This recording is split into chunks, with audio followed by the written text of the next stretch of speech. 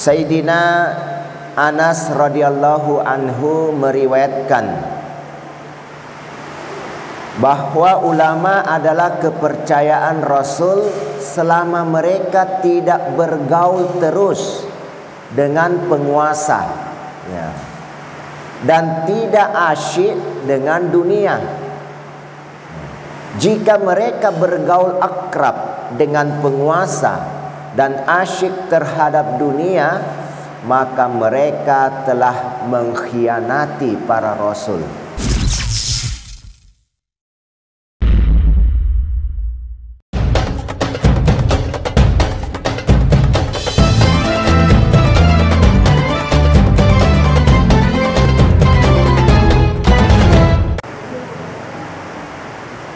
Bismillahirrahmanirrahim.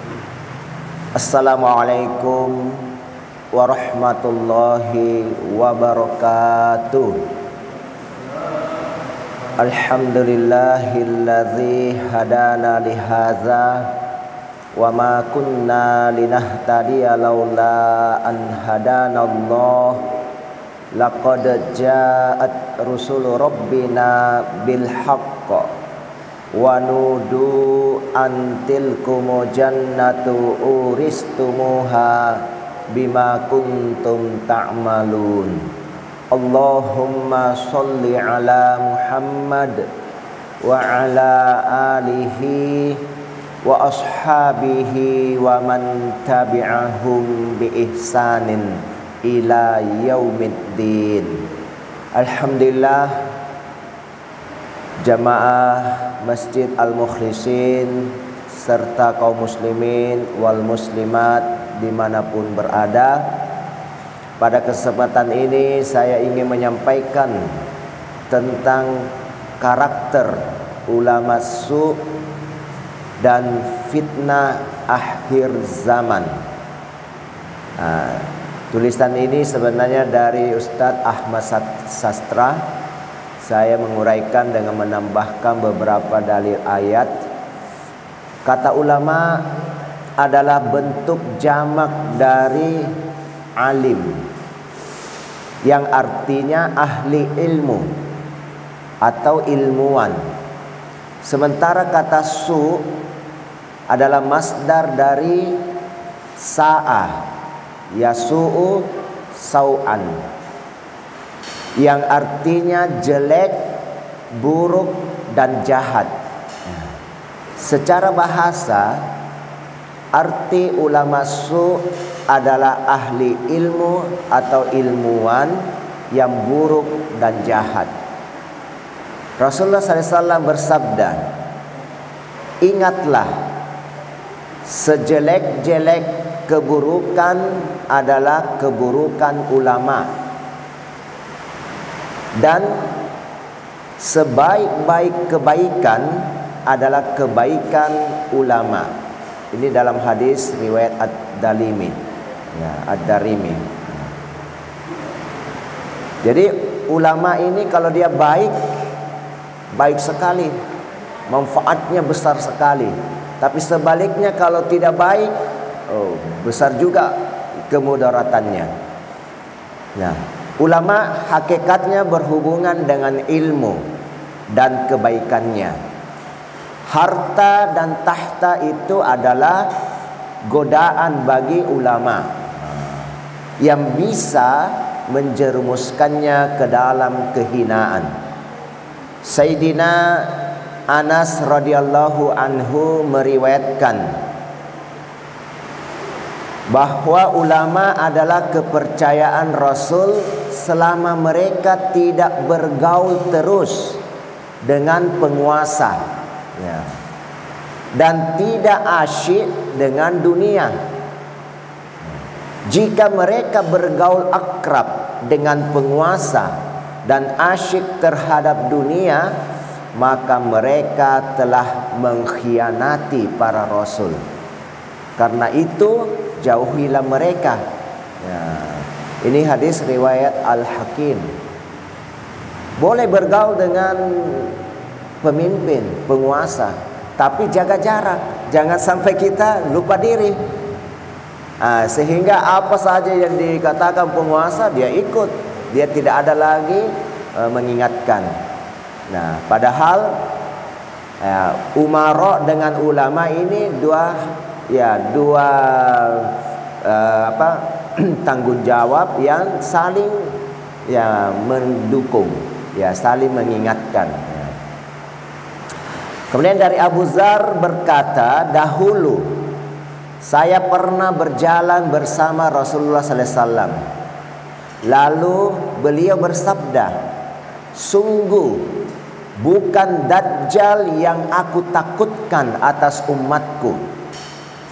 Beliau mengatakan 3 kali, sampai 3 kali.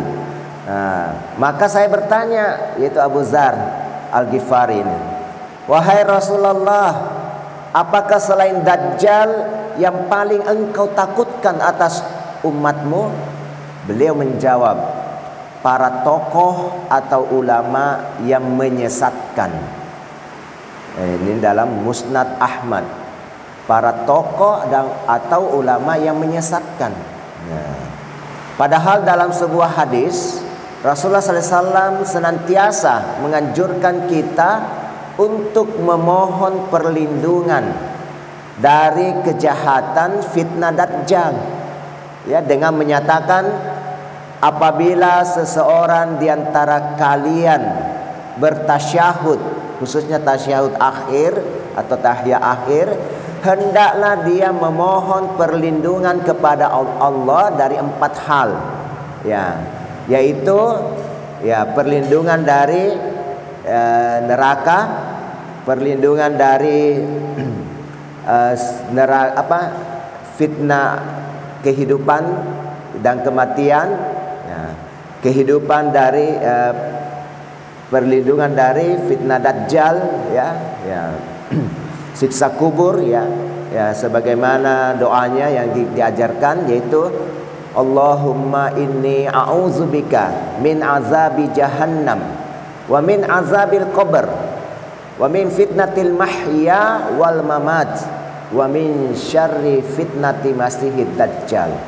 Ini dalam hadis riwayat Bukhari dan Muslim. Selanjutnya kita lihat ada beberapa karakteristik ulama su, sebagai bagian dari fitnah akhir zaman. Semoga karakter ini tidak ada dalam diri ulama kita, dan kita bisa terhindar dari bahaya yang mereka timbulkan. Nah, beberapa karakter itu adalah: pertama, menjual ilmu kepada penguasa. Kebinasaan bagi umatku datang dari ulama su.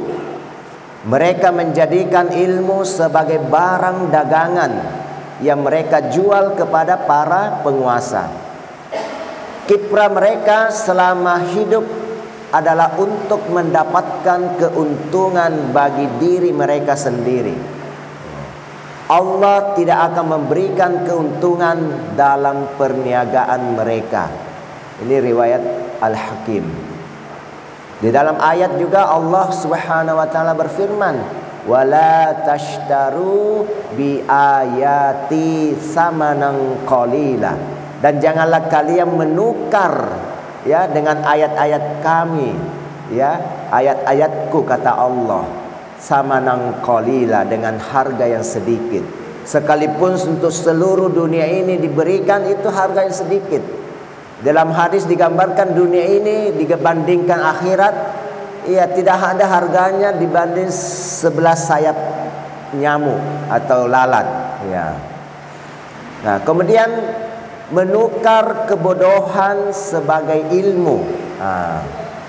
Ibnu Rajab Al-Hambali mengatakan bahwa Asy-Sya'bi berkata, tidak akan terjadi hari kiamat sampai ilmu itu menjadi suatu bentuk kejahilan atau kebodohan, dan sebaliknya kejahilan itu sebagai bentuk ilmu.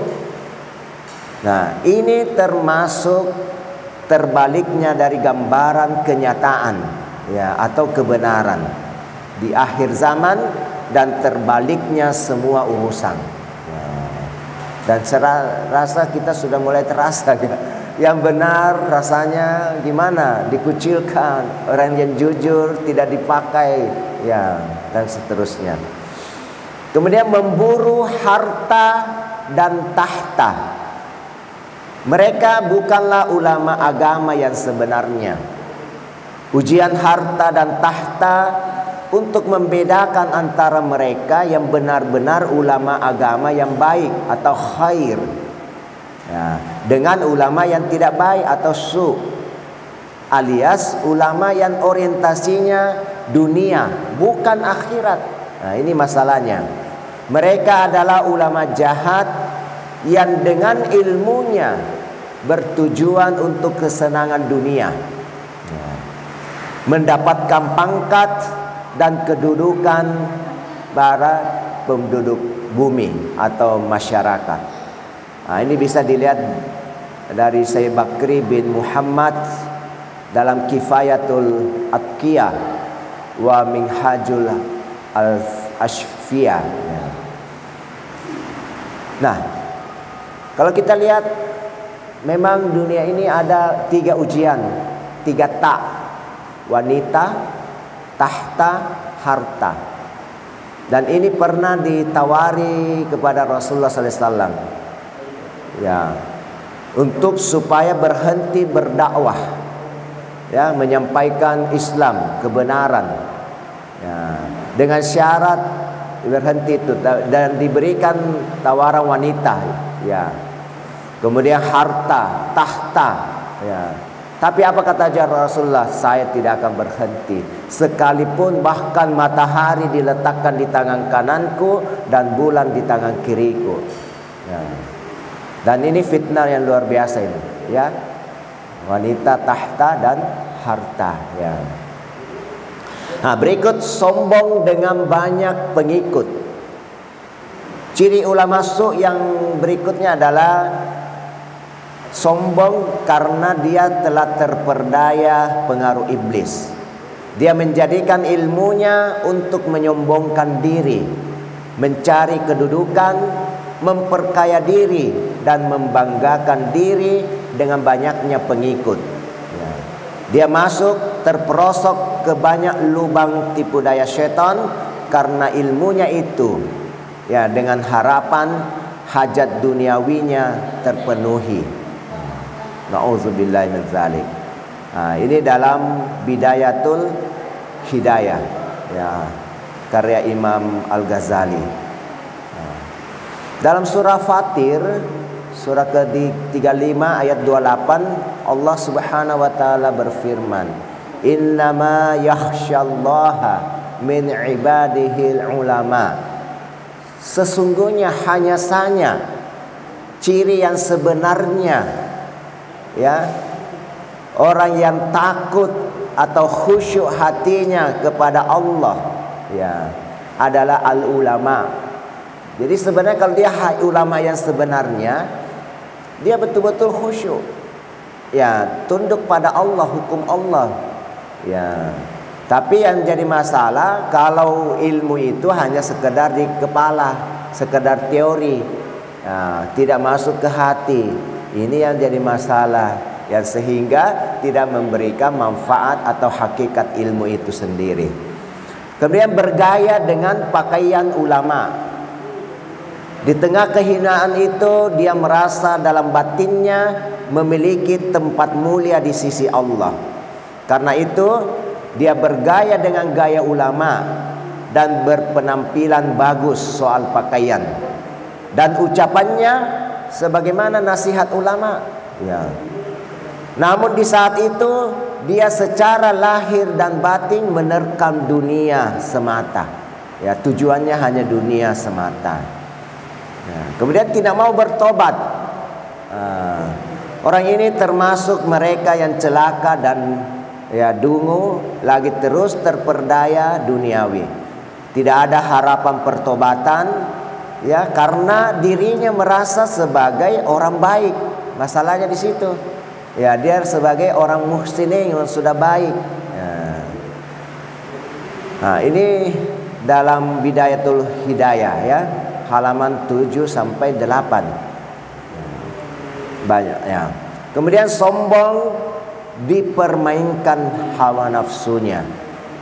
Ya, sementara nafsunya saat demikian ini mempermainkan dirinya, menghadirkan impian, memberi harapan, mendorongnya untuk mengungkit-ungkit atas ilmunya di sisi Allah. Ya, dan memberinya ilusi bahwa dia lebih baik dari sekian banyaknya hamba Allah yang lain. Ya, dia merasa yang terbaik. Ya. Kemudian disorientasi intelektual. Ya, tidak memiliki integritas pribadi dan tidak memiliki tanggung jawab intelektual. Ya, disebabkan orientasinya karena hanya duniawi. Ya, sehingga menyalahgunakan ilmunya demi tujuan materi.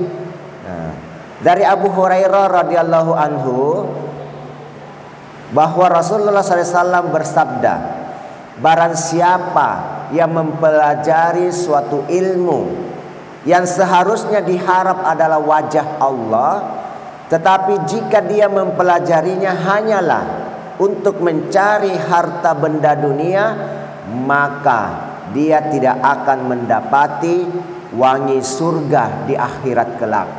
Ya, tidak akan mendapati itu wangi surga. Padahal wangi surga ini tercium dari jarak yang jauh. Ya, luar biasa. Ya, ini dalam hadis riwayat Abu Daud, Ibnu Majah dan Ahmad. Kemudian menyalahgunakan ilmu. Siapa yang mencari makan dengan memperalat ilmu, maka Allah Subhanahu wa taala akan membutakan kedua matanya, ya. Atau dalam hadis lain dikatakan menutup wajahnya dalam riwayat Ad-Dailami. Dan adalah neraka lebih layak untuknya. Hadis riwayat Abu Nuaim. Kemudian diperbudak syaitan dan hawa nafsunya. Bencana bagi umatku datang dari ulama yaitu ulama yang dengan ilmunya bertujuan untuk mencari kenikmatan dunia, meraih gengsi dan kedudukan. Setiap orang dari mereka itu adalah tawanan syaitan. Ya.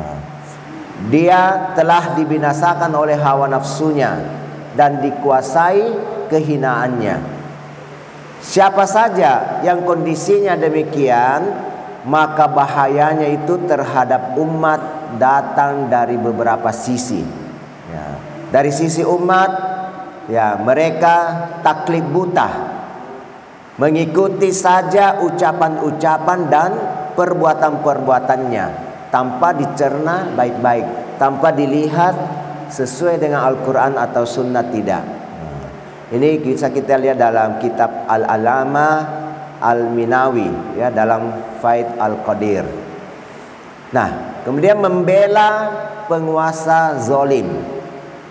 Dia memperindah penguasa yang menzolimi dunia dan gampang mengeluarkan fatwa untuk menyenangkan penguasa. Ya, istilahnya ABS, asal bapak senang. Ya. Pena dan lisannya mengeluarkan kebohongan dan kedustaan. Karena sombong, dia mengatakan sesuatu menurut persangkaan atau yang tidak dia ketahui. Ya. Bisa kita lihat kasus yang lalu di Makassar itu, contoh Lotto. Ya, Lotto sempat dan minta fatwa ulama untuk ini, ya. Tapi ya ulama yang betul-betul konsisten tidak mau, justru menentang. Alhamdulillah. Ada kasus SDSB. Ya, kalau yang agak tua-tua itu tahu ini, sumbangan dana sosial berhadiah, SDSB. Ya, orang bilang plesetkan menjadi Sudomo datang Siska bahagia. Karena itu programnya Sudomo. Ya, dulu ya. Nah, ini dicarikan dalil yang kira-kira bisa ya mendukung programnya itu. Nah, ini nauzubillah min dzalik. Nah, kemudian membuat tipu daya. Ya, kita hendaknya berhati-hati terhadap tipu daya ulama su. Ya, sungguh keburukan mereka bagi agama itu lebih buruk daripada syaitan. Sebab melalui mereka lah syaitan mampu menanggalkan agama dari hati kaum mukminin. Ya. Atas dasar itu, ketika Rasulullah SAW ditanya tentang sejahat-jahat makhluk, beliau menjawab, "Ya Allah, berilah tobat ampunannya. Ya Allah, berilah tobat ampunannya. Ya Allah, berilah tobat ampunannya," sampai 3 kali. Ya. Lalu beliau bersabda, "Mereka adalah ulama su." Ya. Ini yang diungkap oleh Hujjatul Islam Imam Al-Ghazali. Ya. Kemudian menjilat penguasa. Ya. Ulama su bergelar ulama atau intelektual muslim yang menjilat penguasa dan menjadikan kaum kafir sebagai teman karib, ya, teman dekat, ya, serta menafsirkan Al-Quran sekehendak nafsunya, ya, dengan bahasa dari sahabat Umar bin Khattab radhiyallahu anhu, bahwa ulama su adalah mereka yang berilmu tapi munafik. Nauzubillah min dzalik. Ya, kita semua berlindung kepada Allah Subhanahu wa taala dari hal yang demikian. Ya, inilah beberapa kriteria ulama su yang semoga kita terhindar dari ini, ya. Di dalam ayat lain juga Allah Subhanahu wa taala berfirman, ya, mengingatkan kita,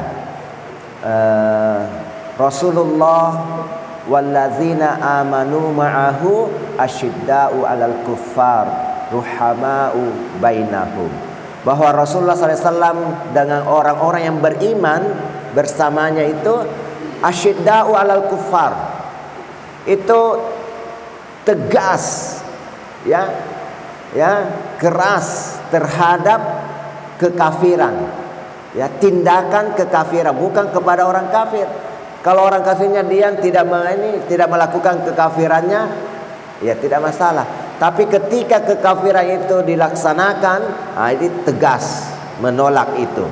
Ya, asyidda'u 'alal kuffar. Ya. Sebaliknya ruhama'u bainahum, dan saling berkasih sayang sesama mukmin. Ini yang perlu. Maka siapapun dia, seorang mukmin, seorang ulama, ya, bahkan kalau sudah banyak bergaul dengan orang-orang taruhlah yang salah, ya, dan dia tidak berniat untuk mengubahnya, maka lama-lama dia yang akan terseret, terbawa dengan, ya, yang tidak baik itu.